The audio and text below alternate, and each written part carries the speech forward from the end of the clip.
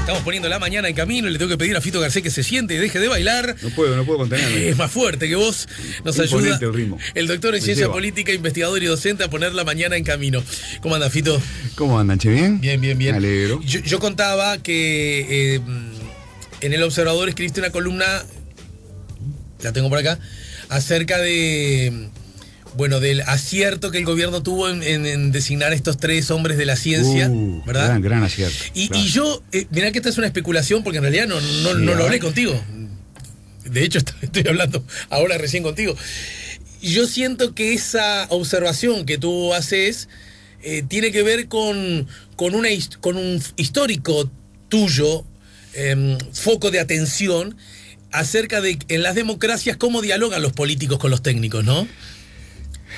Ya me conocés como si me hubieras parido. Claro, me pareció si bien sobre esto todos han hablado en una dirección u otra, pero me pareció que venía bien como un insumo más de algo que siempre lo has tenido vos en tu trazabilidad académica. Siempre. Como un dato que se podría decir casi como obsesión en el buen sentido, ¿no? En el buen sentido, sí, es una preocupación que tengo. Viste que me he acostumbrado a decir que tenemos la suerte de vivir en la mejor democracia de América Latina, cosa que se puede demostrar. Está demostrado, pero que sea la mejor democracia de América Latina no quiere decir que sea perfecta. Esta es una democracia muy buena que yo creo que históricamente ha tenido, un puente entre el mundo mundo universitario, el mundo de la producción de conocimiento científico, ¿no? El mundo de los expertos, para llamarle de alguna manera, y los procesos decisorios, más frágil, más débil, ¿no? Menos transitado que el de otras democracias que en ese sentido son mejores. O sea, lo primero que tenemos que celebrar es que esta es una democracia. Es decir, acá gobierna la gente. Acá el peón es el rey. Acá no gobiernan los expertos, no gobiernan por suerte los politólogos, ¿no? Ni gobiernan los jueces, ¿no? No gobiernan los sabios, entre comillas. Acá gobierna la gente. Gobernamos las personas. Y eso es una maravilla. Ahora, para nosotros poder gobernar mejor, y sí precisamos nutrir nuestras decisiones de los insumos producidos por los distintos saberes, ¿no? Producidos por los especialistas. Mirá, Uruguay no ha sido un desastre, pero yo te pongo 2 o 3 ejemplos. Hicimos un censo de población en 1908,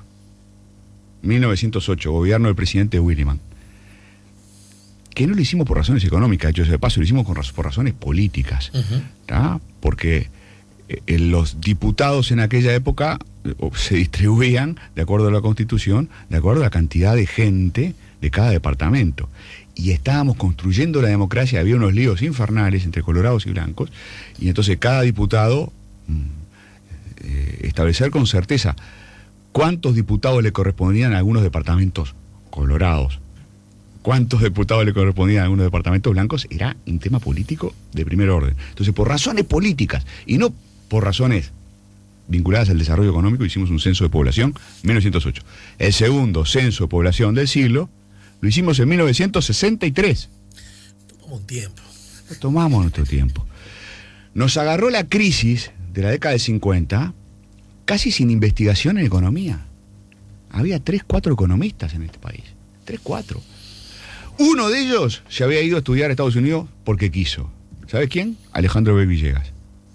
Y después había un pequeño instituto de economía donde estaba, Israel Bonsever, una personalidad extraordinaria, un muy joven Enrique Iglesias, donde estaba Palito Bukele, ¿no? El papá de Marisa y de Gabriela, Mario Bukele, un tipo sensacional. En fin, un puñadito de economistas. Nos agarró la crisis social casi sin sociología, no teníamos sociología. Puntito para... Y nos agarró la crisis política sin politólogos. Lo no que quiero decir política. Es, porque para no correr el riesgo de... Para huir de la tentación anacrónica, claro, ¿verdad? Y pedirle cosas a un tiempo, cosas que en ese tiempo no existían o prácticamente no existían.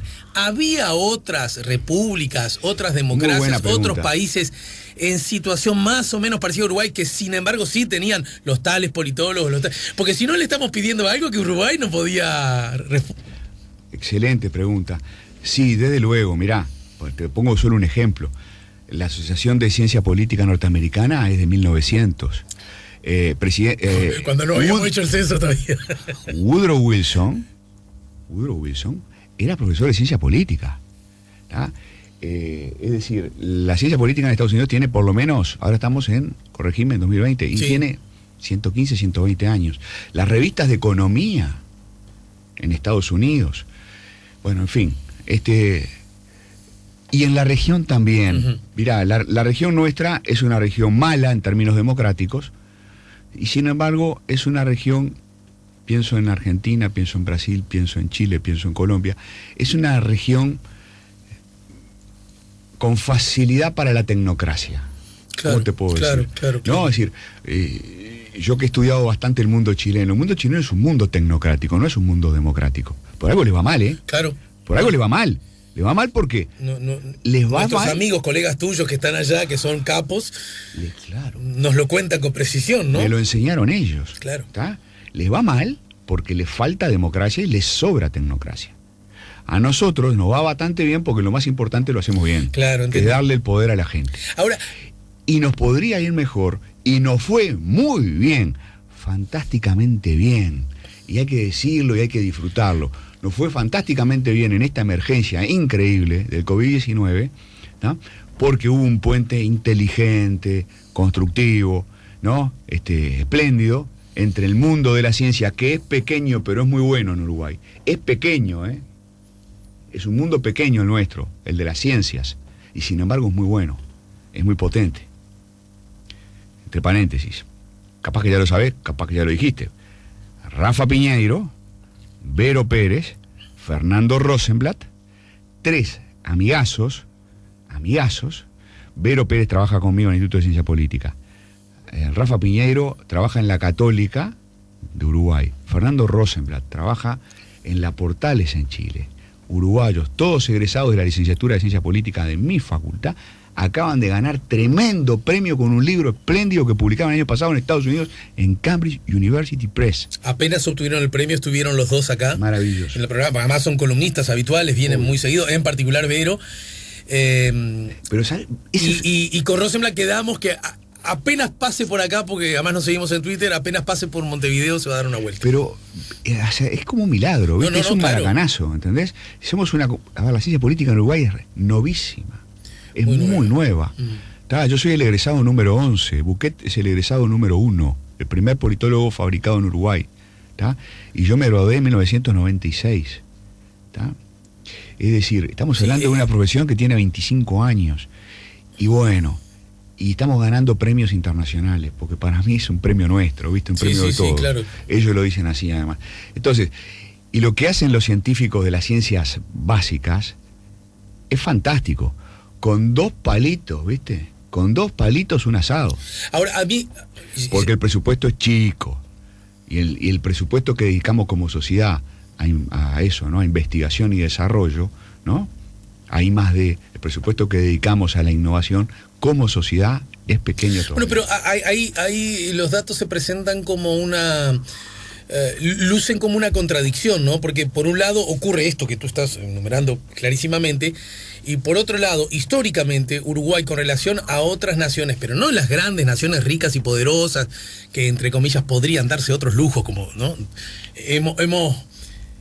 Hemos aprendido a aceptar ese axioma con paz. Yo no lo acepto con tanta paz, ¿no? Pues yo... A ver. No, yo creo que debería ser al revés. Es decir, si a los que le va bien dedican esto, justamente, ¿no será que a mí me va mal porque le dedico menos a esto que lo que le dedican ellos? No, medio básico, ¿no? Sí. Pero aún admitiendo que hay cosas a resolver que quizás otros ya la tienen resuelta, que también eso es cierto, Uruguay, comparándose con más semejantes, tiene presupuestos dedicados a la ciencia en general y a la investigación, más bien tirando a pocos y bajos, ¿no? Sí, claro que sí, mirá. Vos seguramente has traído gente de la Academia de Ciencias, seguramente te entrevistaste a Radi. Sí, bueno, Radi, a pesar de ser gran hincha de Liverpool, como el que habla, entonces... le está fallando el corporativismo negriazul. Bueno, está muy ocupado. Sí. Pero cuando puedas, está hablado que va a venir. Él puede explicar esto 100 veces mejor que yo. Entonces, yo me siento orgulloso de este país, ¿tá? y de las academias de este país, ¿no? de las ciencias de este país. Pero son ciencias pequeñas. Hemos hecho un esfuerzo extraordinario para no hablar de antes, desde 1985, desde la restauración de la democracia en adelante, como país, un esfuerzo extraordinario para desarrollar el mundo de la ciencia. Y cuando digo hemos, lo digo en serio. No es un esfuerzo de un gobierno, de un partido o de un grupo de científicos. Es un esfuerzo colectivo. Yo lo escribí en el diario hace como un mes. 1986 se crea el PDCIVA es posterior. Se crea el PDCIVA en 1986. Programa de Desarrollo de las Ciencias Básicas, presidente Sanguinetti. 1995 se presupuesta, se institucionaliza el PDCIVA. 2004, el país arruinado, Jorge Valle, que tenía esas cosas de visionario, instala el Instituto Pasteur. Los distintos presidentes involucrados apoyaron con decisión, pero nada de esto, ni el PDCIVA, ni la Facultad de Ciencias, ni el Pasteur hubiera sido posible sin el esfuerzo de mis colegas, los científicos uruguayos, sin el esfuerzo de Caldeiro Barcia, sin el esfuerzo de de Mario Shevor, sobrino de Bonsever, Mario Shevor, fundador, pieza clave en la creación de la Facultad de Ciencias, sin el esfuerzo del doctor Dillero, vinculado al Instituto Pasteur durante muchísimos años. Es decir, hay una comunidad científica que ha venido empujando, haciendo lobby, persuadiendo, explicando, ¿no? ¿Para qué? Para que haya más presupuesto. Y ha habido presidentes que siempre, en el medio de miles de presiones y de miles de restricciones, y bueno, y pensando siempre, porque así es este país, pensando siempre más en los más pobres que en los científicos. Sí. ¿Ah? Y yo te diría, como debe ser, ¿no? A pesar de destinar siempre más plata a las políticas sociales, a la educación, a la salud, ¿no? que a la ciencia, bueno, hicieron lo posible por apuntalar el desarrollo científico de este país. Y en el último tramo y con el gobierno del Frente Amplio, porque si no, que como se frenó la recorrida. Hubo la ANI. Pero además, claro, la creación de la ANI y además presupuesto universitario subrayadamente mejor, ¿no? Por favor. En el marco de una expansión muy fuerte, una de las cosas que hizo muy bien el Frente Amplio, un fuerte aumento del presupuesto para la enseñanza pública, comparable al esfuerzo que se hizo entre 1995 y 1999 en el marco de la reforma llamada Reforma Rama. Ahí también creció mucho el presupuesto para la educación. ¿Tá? Entonces, mirá, este es un país, eso es lo más lindo del Uruguay, que es un país que se construye por capas. Cada gobierno construye sobre lo bueno que dejó lo anterior, ¿no? Y claro, y cambia cosas, ¿no? En el arranque este gobierno por capas. Se anunció un baja de presupuesto al PDCIVA, justo que vos lo diste, ¿no? Que por suerte se frenó, ¿verdad? Se frenó. ¿Esa no debería ser una señal que, ¿qué está pasando acá? No, simplemente sí. No. Mirá, esto ya había pasado, esto me lo contó Connie Hughes, esto ya había pasado en 1990. A los blancos les toca ganar siempre más o menos en las mismas circunstancias, cuando las papas queman, ¿no? Y entonces 2x3 los blancos tienen que agarrar la tijera y cortar gasto, ¿no? Y en 1990 la calle Herrera presidente y los blancos estaban achicando el gasto público porque el déficit fiscal era, acordate, era del 7%, porque se había hecho la reforma de las jubilaciones, etcétera, etcétera. Bueno, ¿tá? Y entonces va Caldeiro Barcia a hablar con Connie Hughes, que era el director del presupuesto. Y le dice, por favor, Connie, no toquen el PDCIVA, quédate tranquilo, palabras textuales de Connie Hughes, ¿no? Quédate tranquilo, el PDCIVA no se toca. ¿Tá? Y no se tocó. Y ahora fue lo mismo, ahora se aprobó el 11 de marzo un decreto general para bajar el gasto antes de la irrupción del COVID-19, el 13, el 11 se aprobó un decreto para bajar los gastos y fue un decreto general, reaccionaron los estudiantes de PDCIVA y reaccionó el gobierno. Ajá. Esta es la misma película, solo que 30 años después. Bien. ¿Ah?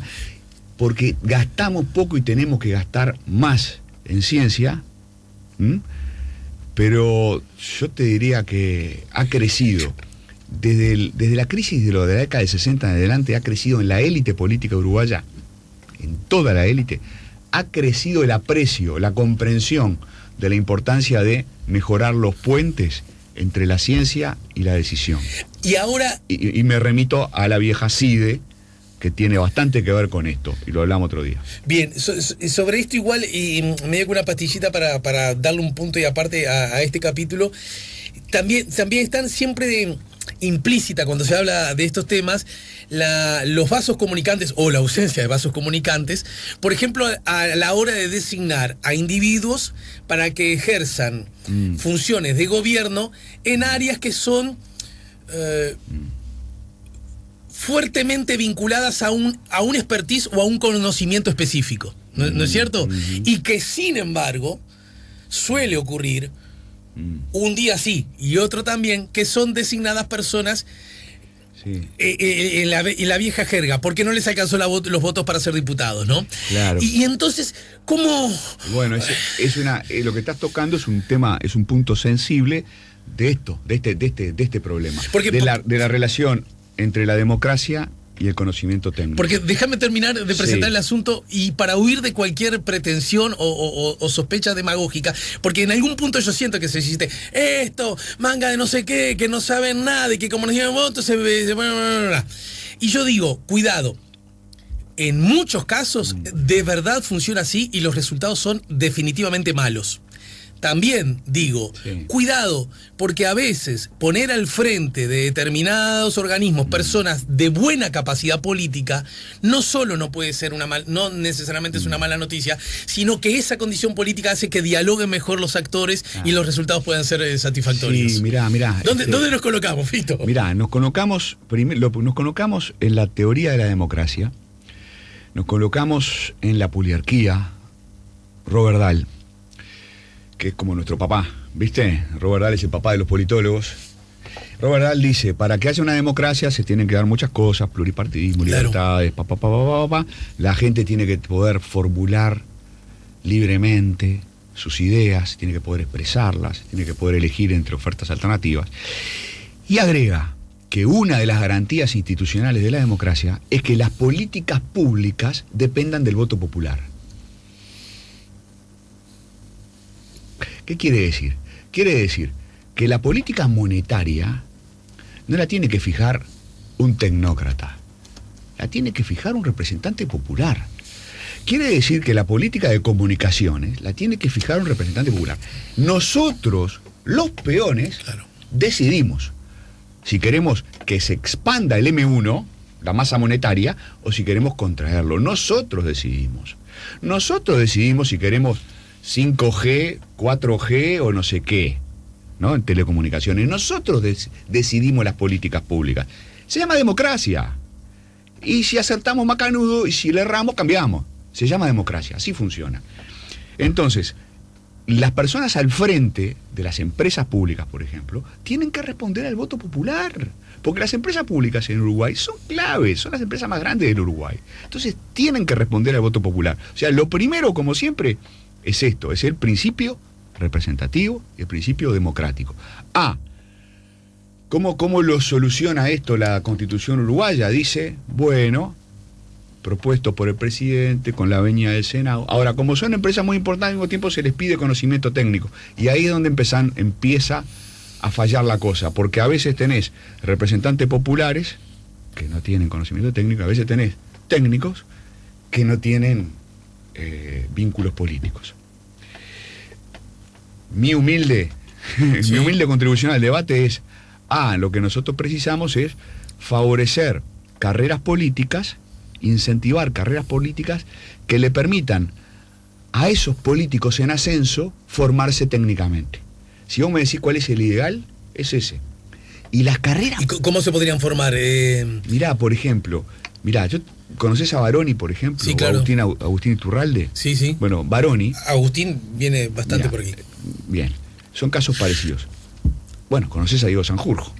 Bueno gran amigo, además. Los menciono a todos ellos porque todos ellos son pibes, para mí pibes porque tienen como 20 años menos que yo, gurises enormemente talentosos, que se fueron a estudiar afuera, Y volvieron contra cualquier lógica.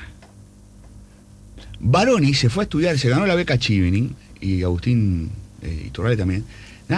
Agustín Iturralde y Baroni, blancos, ¿verdad? Los dos economistas.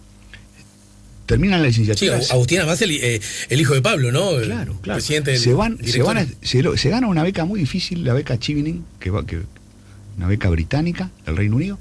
Se van a estudiar a la London School of Economics and Political Science, un lugar hermosísimo.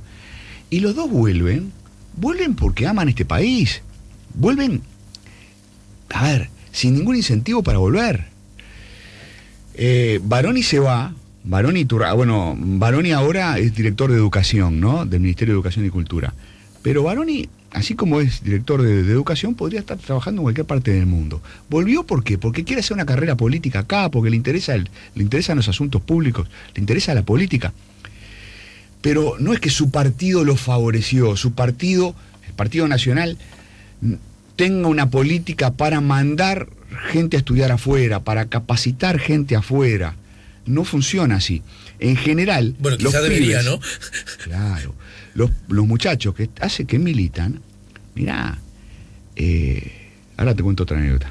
Los muchachos que militan, cuanto más estudian, menos chances tienen adentro del partido de hacer carrera política. Porque pasar la carrera política tenés que militar mucho, ponerle muchas horas, ¿viste? Estar mucho. Y a veces la militancia es incompatible en cierto punto con una formación académica rigurosa. Yo tuve estudiante a Cristian Di Candia en el año 2004 en ciencia política. Uh-huh. Y Cristian vino, el intendente de Montevideo. Claro, y Cristian vino, él lo ha contado en un reportaje por ahí, vino a un día, el día del examen, creo yo, y me entregó la hoja en blanco.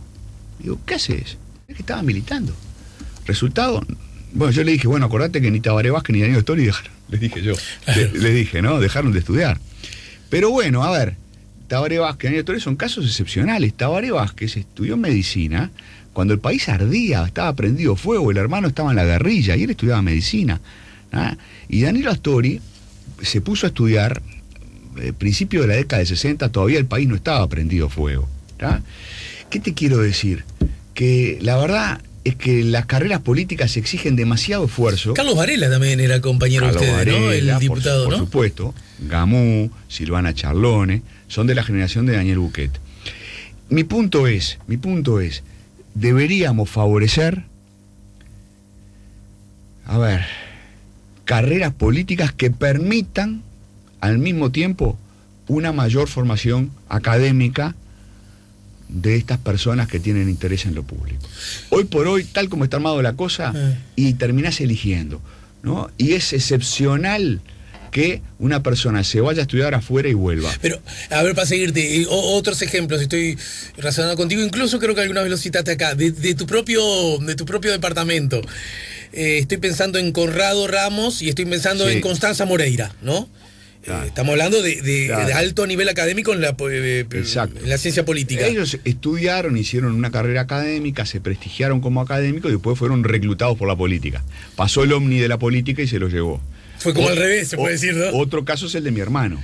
¿No? Es decir, una persona que hace una carrera como abogado, ¿no? Como comisionado parlamentario, pasa el ovni tripulado por la calle Pou, ¿no? Y es otro caso de abducción. Es decir, la abducción funciona, es decir, los partidos andan por ahí, por el mundo, ¿no? En Uruguay reclutando académicos o técnicos sobresalientes, porque los precisan para gestionar y porque además les agrega prestigio. Déjame inspirarte en esto que decís vos. Pero no tenemos bien resuelto todavía este punto. Bien, pero a ver, un punto que podría ayudar, no para resolverlo, pero por lo menos para elevar un poquito el salto largo, ¿cómo se llama? Sí, está bien, la vara. El salto alto, quiero decir. La vara. ¿No? A ver, que creo que a veces la estamos macaneando. Y mira que me apoyo y me inspiro en cosas que vos decís y que dijo acá también Chaschetti. Las venias se discuten mal en el Senado. Puede ¿no? ser, sí, puede ser. Podrían ser un poquito más. Ahí le doy la derecha a Daniel que sigue este tema mucho más de cerca. Olvídate, es decir, para que no se cuele, está todos adentro, levantamos la mano, pues. Y loco, se te cuelan impresentables de pronto, ¿no? Y le hace mal al sistema, a la confianza, a la institucionalidad. En este gobierno pasó, por ejemplo, ¿no? El caso de la Corporación Nacional para el Desarrollo, para mí es especialmente escandaloso. Sí, hay que discutirlo mejor. Pero ya te digo, mi impresión es que si tuviéramos, por ejemplo, ¿no? Me acuerdo de haber ido a una charla de correntada wilsonista hace como 10 años, ¿no? Sábado mañana. No sé si no estaba Beatriz Argimón. ¿Te acordás de aquel sector que tenía Pancho Gallinal? Sí, sí. Bueno, estaban en una charla. Ponele que sería 2008, por ahí, ¿no? Entonces yo le digo, toqué este tema, le dije, che, a ver, van a volver a perder la elección. Lo saben, ¿no? Siempre con indirectas yo. Van a perder la elección. El Frente va a volver a ganar, ¿verdad? Digo, si el Frente va a volver a ganar, y ustedes algún día van a gobernar, porque esto se llama democracia, tarde o temprano la oposición gana. ¿Por qué no aprovechan todo este tiempo que van a tener para mandar gurises a estudiar afuera? Porque algún día van a ganar y van a precisar gente. Van a precisar gente. Y creo que debería estar en la agenda de los partidos políticos, de la modernización de los partidos políticos, que es un proceso. Los partidos políticos uruguayos se han modernizado mucho durante estos años, y yo diría sobre todo el Partido Nacional. No es casualidad que sea un partido más fuerte que los colorados. Se ha modernizado mucho en todos estos años, desde el 85 para adelante. Pero ni siquiera el Partido Nacional tiene, para mi gusto, una política de formación apropiada, ¿no? ¿Vos decís que el Frente Amplio lo frenó haber estado 15 años en el gobierno para desarrollar eso, quizás? Quizás el Frente Amplio... Pensando en que a los colorados quizás le puso... Mirá, no, es que el Frente quizás tiene una estructura distinta. No sé, ahí hay que preguntarle a Vero, ¿no? Y a Rafael, que son los expertos en el Frente Amplio. Pero... y a Fernando Rosenblatt. En fin. En todo caso, ¿sabes qué? El Partido Nacional, el Frente Amplio tiene una ventaja comparativa y competitiva con los partidos tradicionales, que es que tiene una conexión mucho más cercana, una relación casi de fraternidad con la Universidad de la República. Entonces, el día que el Frente ganó, Tabaré Vázquez agarró el silbato, chifló fuerte y aparecieron 400 personas, o más, 1000, 2000, ¿tá? Sociólogos, politólogos, economistas, trabajadores sociales, ingenieros, biólogos, todo. ¿Por qué? Porque en un proceso muy largo que se remonta a la década del 30 del siglo pasado, la Universidad de la República y su gente, los universitarios, se fueron alejando de los partidos tradicionales y se fueron acercando a la izquierda. Es un proceso súper interesante, muy estudiado por la generación del 45, ¿no? Muy, muy estudiado por Carlos Quijano, por Ángel Rama. Bueno, ¿está? Resultado, si se imagina, si la gente que nos escucha tiene un papel a mano, dibujen, ¿no? ¿Se acuerdan teoría de conjuntos? Dibujan un círculo y dibujan otro círculo, pero con una zona de superposición fuerte, grande. ¿Vieron? En la zona cuando te enseñaban la teoría de conjuntos, la intersección entre dos conjuntos, sí. Dos pelotitas que están bastante superpuestas. Bueno, Universidad de la República y Frente Amplio son dos conjuntos que tienen una zona de intersección grande. Es decir, hay un montón de universitarios frente amplistas. Entonces, el día que gana el Frente, pega el chiflido y aparece mucha gente. En fin, y eso es una ventaja enorme, y eso le hace bien al Frente Amplio, y eso mejoró al gobierno del Frente Amplio. Lo mejoró. Entonces, aunque vos no tengas militantes en los comités de base, ¿no? Súper preparados técnicamente, tenés un conjunto de frente amplistas dispuestos a colaborar. En el caso de los partidos tradicionales tienen zonas de intersección grandes con el mundo de las universidades privadas, con la Católica, con la Universidad de Montevideo, con la Universidad de la Empresa, pero estamos hablando de universidades pequeñas, muchísimo más pequeñas. El 80, el 85% de la producción científica de este país se hace en la Universidad de la República. Yo ahora no tengo los números, ¿no? Pero hay muchísima más gente todavía trabajando en la Universidad de la República que en las universidades privadas. En fin, también es cierto que hay gente en las universidades privadas, esto no es perfecto, ¿no? O sea, gente en las universidades privadas que son frente amplistas y gente en la Universidad de la República que no vota al Frente Amplio. ¿Está bien? Pero en general, si uno tuviera que decir en general... La CGU, por ejemplo, que es un movimiento muy fuerte, exactamente, es del Partido Nacional, ¿no? O afín al Partido Nacional. Conrado Ramos, compañero de trabajo mío en el Instituto de Ciencia Política, Partido Independiente, o el Pepe Rila, ¿está? En fin, o Marcelo Ayán. Sí, Conrado Ramos estuvo también en el arranque del gobierno del Frente Amplio, ¿no? En fin, redondeando el asunto, yo te diría, lo que pasó con el grupo de expertos es maravilloso. Yo lo escuché o sea, cuando el gobierno tomó esta decisión, yo aplaudí hasta con los pies, ¿viste? Cuando escuché a Radi decir, nosotros pusimos condiciones A, B, C, D, F, G, me pareció espléndido. Me pareció espléndido que se delimitara bien la responsabilidad de cada uno del grupo de expertos que asesora el gobierno que decide, porque así debe funcionar esto, ¿tá? Me pareció además perfecto el enfoque de Radi y de su gente cuando dijeron, nosotros hacemos esto porque estamos comprometidos con el país. ¿Viste? Ojalá yo lo pudiera decir también. Yo no soy Radi, pero yo siento exactamente lo mismo, que lo que tenemos que hacer nosotros desde las ciencias sociales es eso, es decir lo que decimos, escribir lo que escribimos, no para favorecer un interés particular, ¿tá? Un partido político, sino pensando en lo que podemos llamar ambiciosamente el bien común. Ahora, sin embargo, dale, no, porque me brillan los ojos. Me brillan los ojos, pero estimulado de ida y vuelta, como dale. Estar comprometidos con el país no debería significar no permitir que sobre las mismas cosas podamos tener ideas distintas. Ya sé que luce como una obviedad, pero cada tanto hablando de los círculos, ¿no? De los conjuntos. Pero claro. Que creo que es un asunto que todavía nos falta madurar un poquito al respecto, pero ¿no? Claro. Porque hay énfasis, hay miradas distintas, los funcionamientos democráticos es la libre competencia de los intereses. Hay intereses distintos en la sociedad. Hay intereses distintos. Y está bien que así ocurra, y por lo tanto hay conflicto, y está bien que ocurran los conflictos. Y sobre cada cosa uno tiene derecho a tener miradas distintas, ¿no? Por favor. Sin que esto signifique que te vuelva una apátrida si tenés una u otra. Claro, por supuesto que sí. Lección número 1 en cualquier clase de ciencia política. No, lo que precisamos la política. Lo decían los sofistas. No, siglo hace un rato. Sexto antes de Cristo. Decían. Antes del censo. Antes del censo. Precisamos la política para vivir en paz.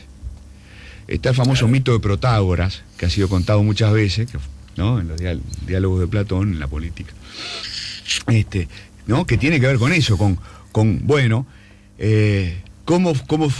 según Protágoras, ¿no? Este sofista, ¿cómo fue que terminamos viviendo juntos y en paz los hombres?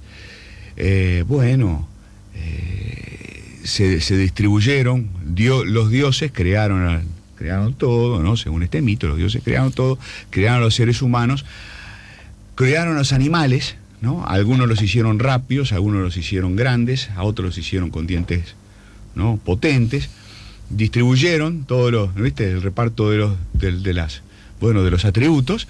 Y cuando crearon el ser humano, lo crearon frágil, con una piel muy finita. Bueno, entonces... A la pucha, nos quedó una porquería. Nos quedó mal. Entonces, Epimeteo y Prometeo están ocupados de este trabajo, y entonces, Prometeo dice, lo que hay que darle a los seres humanos es la sabiduría técnica, el dominio del fuego. Entonces los seres humanos reciben el dominio del fuego, pueden hacerse ropa, pueden hacer herramientas, y sin embargo no podían sobrevivir. Tenían sabiduría técnica, tenían tecné, como decían los griegos, pero no podían sobrevivir. Entonces Zeus manda a Hermes, a su mensajero, ¿no? A distribuir el bien que iba a hacer posible que los hombres vivieran en paz. Y ese bien que se distribuyó equitativamente entre todos los hombres, de todos los seres humanos, es la política, es definida como la capacidad de discernimiento moral. O sea, para vivir en paz los hombres, los seres humanos, ¿qué precisamos? ¿Precisamos la técnica? No, la técnica para vivir un poco mejor, para no morirnos de frío, pero para vivir en paz precisamos la política para vivir en paz. En el entendido, como vos decías, que somos distintos, tenemos ideas distintas, preferencias distintas, intereses distintos, van a surgir problemas, y solo con la política, solo con el sentido moral, porque la política es moral, solo con el sentido de la moral podemos vivir en paz. Profe, ¿y acaso no hacemos política constantemente cuando Juan, mi hijo, dice, resulta que el control remoto siempre lo tienen ustedes, ¿no? Y nos reclama, y entonces tenemos que hacerle entender, ¿sabes lo que pasa? Que estamos en un lugar en el que hay zonas de poder que nosotros manejamos que vos no. Pero aún así vamos a acordar cosas. Sí, ¿qué es lo que a vos te interesa ver? A mí me interesa ver. ¿Hay algo que nos puede interesar ver a los tres? Y ahí llegamos a una solución. Esto es lo que más quisiera ver, no. Pero es lo que queremos ver los tres. Bueno, veamos los tres. Entonces nos podemos ver algo en Netflix los tres. Por supuesto. Y yo siento que ahí estamos haciendo política. También. Lo digo porque a veces... Y sobre todo si manejás criterios morales. Porque a tus hijos le tenés que explicar criterios morales. Mirá, en realidad es más justo hacer tal cosa y es menos justo hacer tal otra. O lo justo es que un ratito tengamos el control remoto cada uno. No es justo que yo, padre, decida qué vas a ver vos, por ejemplo. Capaz que acordar criterios de justicia, esa es la mejor definición de la política. O quizás no luzca como justo que yo, padre, decida cosas sobre vos, pero tiene que ver con la responsabilidad de que yo soy tu padre. Ya sé que vos no te querés levantar y no querés ir a la escuela, pero ¿sabés qué? Mi obligación como padre no es responder lo que vos querés, sino de alguna manera decirte, flaco, tenés que ir a la escuela, ¿sabés? Pero claro. No hay chance. Che, Alejandro, porque viste que nosotros, claro, les enseñamos Maquiavelo a los estudiantes, ¿no? ¿Cómo no le vamos a enseñar a dar a leer El Príncipe de Maquiavelo? Y hablamos todo el tiempo de estrategias, de qué es lo que le conviene a uno. Igual Maquiavelo tiene mal marketing, ¿no? Tiene mal marketing, sí. Y ¿sabes qué? En parte se lo merece. En parte lo merece, porque con Maquiavelo desaparece la moral de la política. La política pasa a ser una estrategia para vencer y conquistar el poder. ¿Y sabe qué? Esa es la peor versión de la política. ¿Es política? Claro que sí, ¿no? Los políticos compiten entre sí, macanudo, disputan el poder. Perfecto. Yo diría, gracias a que disputan el poder, pues nosotros somos libres. ¿No? Gracias a que hay competencia política somos libres, ¿no? Claro. Si el poder estuviera concentrado, no. Entonces está muy bien, la competencia, la lucha de poder está fenómeno. Pero la esencia de la política es la del mito de Protágoras. La esencia de la política es moral. Son discusiones sobre el bien, sobre lo que está bien y sobre lo que está mal. ¿Y qué pasa si un día lo que está bien para ti está mal para mí? Y claro, y bueno, y hay que discutirlo. Para eso está el Ágora, ¿no? La plaza pública. Tenemos que discutir tenemos que discutir la moral. A ver, crisis COVID-19. El país recibe un shock brutal, ¿no? La desocupación crece, el trabajo se frena. Tenemos que discutir en términos morales cómo manejar esta crisis. ¿Qué es lo justo? ¿Qué es lo justo? ¿Qué es lo más justo? Lo más justo es que los empleados públicos que ganan más de tanto aporten al fondo coronavirus, o lo más justo es que todo el mundo aporte, ¿no? Lo hablamos hace no sé cuánto, claro. Hace 2 meses o 3, que todo el mundo aporte, que también los funcionarios de empresas privadas que ganan muy bien. Es en términos de justicia que hay que discutir las cosas. ¿Qué es lo más justo? ¿Qué es lo más justo? ¿No? Y bueno, y a veces desaparece, del debate público desaparece esta noción, la noción de que, la viejísima noción de 2500 años, la noción de que es en términos de justicia que tenemos que discutir las cosas, ¿no? Hay un profesor Sandel de la Universidad de Harvard que hace muchísimos años da un curso, los cursos están en YouTube, ¿no? Que es sobre teoría de la justicia, ¿no? Él lo que dice es, ¿hacemos lo correcto? La pregunta que se hace Sandel es, ¿hacemos lo correcto? Como sociedad, ¿hacemos lo correcto? ¿Qué es hacer lo correcto? Y empiezan, lo correcto para vos, claro. Puede no ser lo mismo para mí. Perfecto. Y tenemos que recuperar esa dimensión moral de las discusiones. Pero habría un mínimo denominador común, quiero decir, esta crisis, según el Instituto de Economía, uno de los jóvenes economistas que estuvo acá hace poco, plantea de que 100.000 de los nuestros cayeron en la pobreza, ¿no es cierto? Claro. ¿Hay alguien que pueda más allá de las salidas para solucionar eso, hay alguien que pueda decir que eso acaso no es una injusticia? Claro. Bueno, claro. Acá algo estamos haciendo mal, porque 100.000 de los nuestros cayeron en la pobreza. Claro. Algo tenemos que hacer para evitar que eso ocurra. Claro. Y sacarlos de. Y claro, para mí la mejor manera de discutir esto sería así, sería bueno. A ver, cayeron 100.000 personas en la pobreza. ¿Qué pasa? Tenemos una posibilidad que es ponerle a hacer lo que hace el gobierno, que es apostar a que haya reactivación económica rápida, ¿no? Y que por lo tanto la economía, con la ayuda de algunas políticas sociales, saque a la gente de la pobreza, sin cargar a las generaciones futuras. Porque la opción, por ejemplo, de como ha manejado el PIT-CNT o el Frente Amplio, y la Universidad de la República también, ¿no? Gente de la universidad. Sí, gente de la universidad, desde luego, ¿no? Con muy buenos argumentos, dicen, no, lo que hay que hacer es endeudarse más. Claro, en términos morales, ¿qué quiere decir? Quiere decir cargar a las generaciones futuras, que las generaciones futuras, que son las que van a pagar la deuda, ayuden a esta generación de ahora a salir de la pobreza. Es decir, hay una discusión moral ahí también. Porque la plata, porque no hay políticas sociales gratuitas, ¿no? Es decir, o pagamos ahora, o pagamos dentro de 10, 15 años. Es en términos morales que hay que discutirlo. Alguien podría decir, no, mirá, el gobierno podría decir, no, mirá, la verdad, a nosotros nos parece más justo que el esfuerzo se haga ahora y no cargar a las generaciones futuras. Y el Frente Amplio puede decir perfectamente, no, mirá, hay un principio básico de la sociedad que es la solidaridad intergeneracional.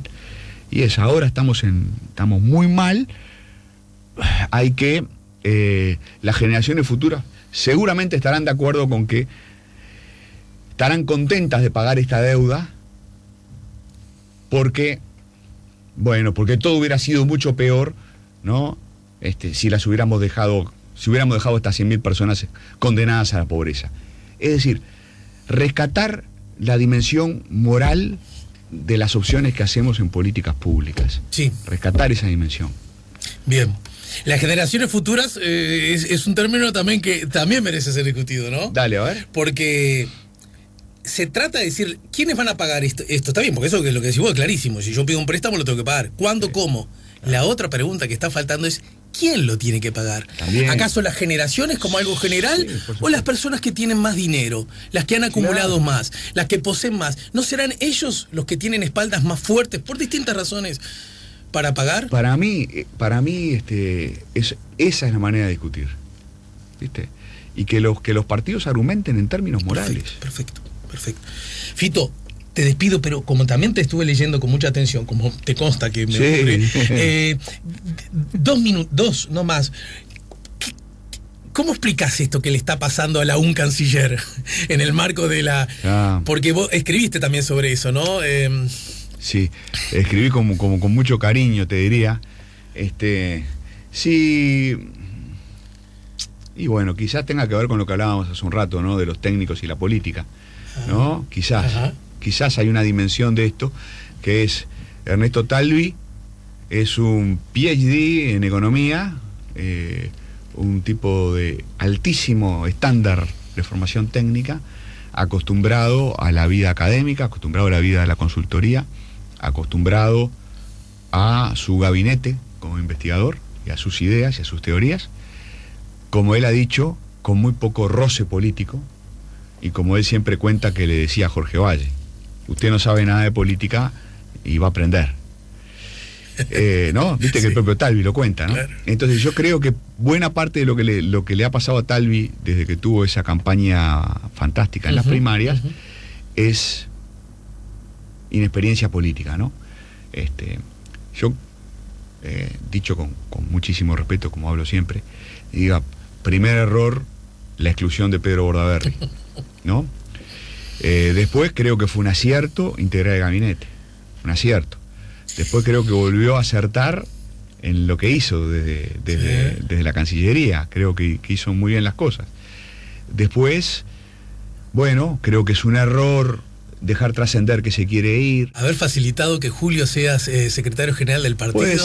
Puede ser. No, pensé que a lo mejor... No, sí, la verdad que no sé, creo que eso forma parte de algo que puede haber sido un error o puede haber sido una cosa razonable, que es compartir el poder con Sanguinetti. Por ahora luce como más una fuente de dolor de cabeza que de otra cosa. Es un dolor de cabeza, ¿no? Pero por otro lado, mirá, voy a citar a Lacalle Herrera. que en realidad estaba citando a Aristóteles, aunque no me lo dijo. Una vuelta en una conversación el año pasado me dijo, cada enemigo es un excluido. Cada excluido es un enemigo, perdón. Cada excluido es un enemigo. Bueno, entonces, si vos compartir el poder siempre es una manera razonable de suturar heridas, ¿viste? Y si hay un enfrentamiento con Sanguinetti, darle una posición de poder puede tener sentido. En fin, sí, es así, ¿viste? Ser bueno, ser muy bueno o ser un crack en el mundo de la consultoría y en el mundo de la academia no te garantiza ser un crack en el mundo de la política. Negro sobre blanco, ¿esto debilita a la coalición en general y al gobierno en particular? Sí, son de las cosas que debilitan al gobierno, ¿no? Es decir, que haya trascendido que Talvi se quiere ir de la Cancillería, a ver, no se quiere ir de la coalición, está claro, pero que haya trascendido y de la manera en que trascendió que se quiere ir del gabinete, debilita a la coalición. A ver, cada nombramiento fallido debilita a la coalición, por más que el gobierno después lo enmiende, debilita la imagen del gobierno. En fin, todo este episodio de los audios virales afecta la imagen de la coalición, afecta la imagen del gobierno. Es decir, es un gobierno que en muchos sentidos, para mi gusto, ha tenido un desempeño muy bueno o hasta excelente. Yo me atrevo a calificar de excelente el manejo de la pandemia, excelente. ¿Tá? Sin embargo, bueno, y sí, en algunas políticas específicas y en algunas decisiones concretas o en algunos comportamientos concretos, y sí, deja flancos abiertos para la crítica. Fito, sabés que en un rato vamos a conversar con Anabela Balduvino, que nos va a recordar a Aurelio González, el fotógrafo de la huelga del 73. Digo porque en 2 días se cumple un nuevo aniversario del golpe de Estado. Fotografías que todos, por una cuestión de edad, supimos ver conforme pasó el tiempo, ¿no es cierto? Vamos a estar en ese contexto también hablando. Y ya se viene Sebastián García Parra en su columna de inteligencia artificial, el ingeniero, a propósito de nuevas funcionalidades en las redes que todos conocemos y usamos. Luce todo muy interesante. Vos, a propósito de redes, poquito y nada, ¿no? Poquito y nada, che, les tengo pánico. Bien. Algún día tenemos que discutir como sociedad cómo usamos Twitter. Sí. Yo no... Twitter, ¿viste que un cuchillo te puede servir para comer una cosa deliciosa o te puede servir para matar? ¿Sí? Bueno, Twitter está sirviendo para matar. Y podría servir para tener discusiones más inteligentes. Ajá. Creo que tenemos que discutir como sociedad. Y otra discusión que implica esa es... ¿la realidad es igual a redes sociales? Es decir, ¿qué tanto se parecen la una a la otra? Muy bueno. Todas muy buenas preguntas. Bueno, mi querido, gracias por el tiempo. Nos vemos bien. Y me gusta ese ¿el pelo largo? Los rulos. Me sale medio a... ¿Sabés que me recuerda un poco a Selmar, a Wilson? Ah, mira qué interesante. Esas generaciones, ¿viste? El jopo. No hay como una cosa muy del jopo ese que se te viene a la frente. Sí, se me venía. Señores, nos vamos a la pausa. Estamos poniendo la mañana en camino. Adolfo Fito García en el 98.7 nos ayudó a poner la mañana en camino. Ya volvemos con la mañana en camino.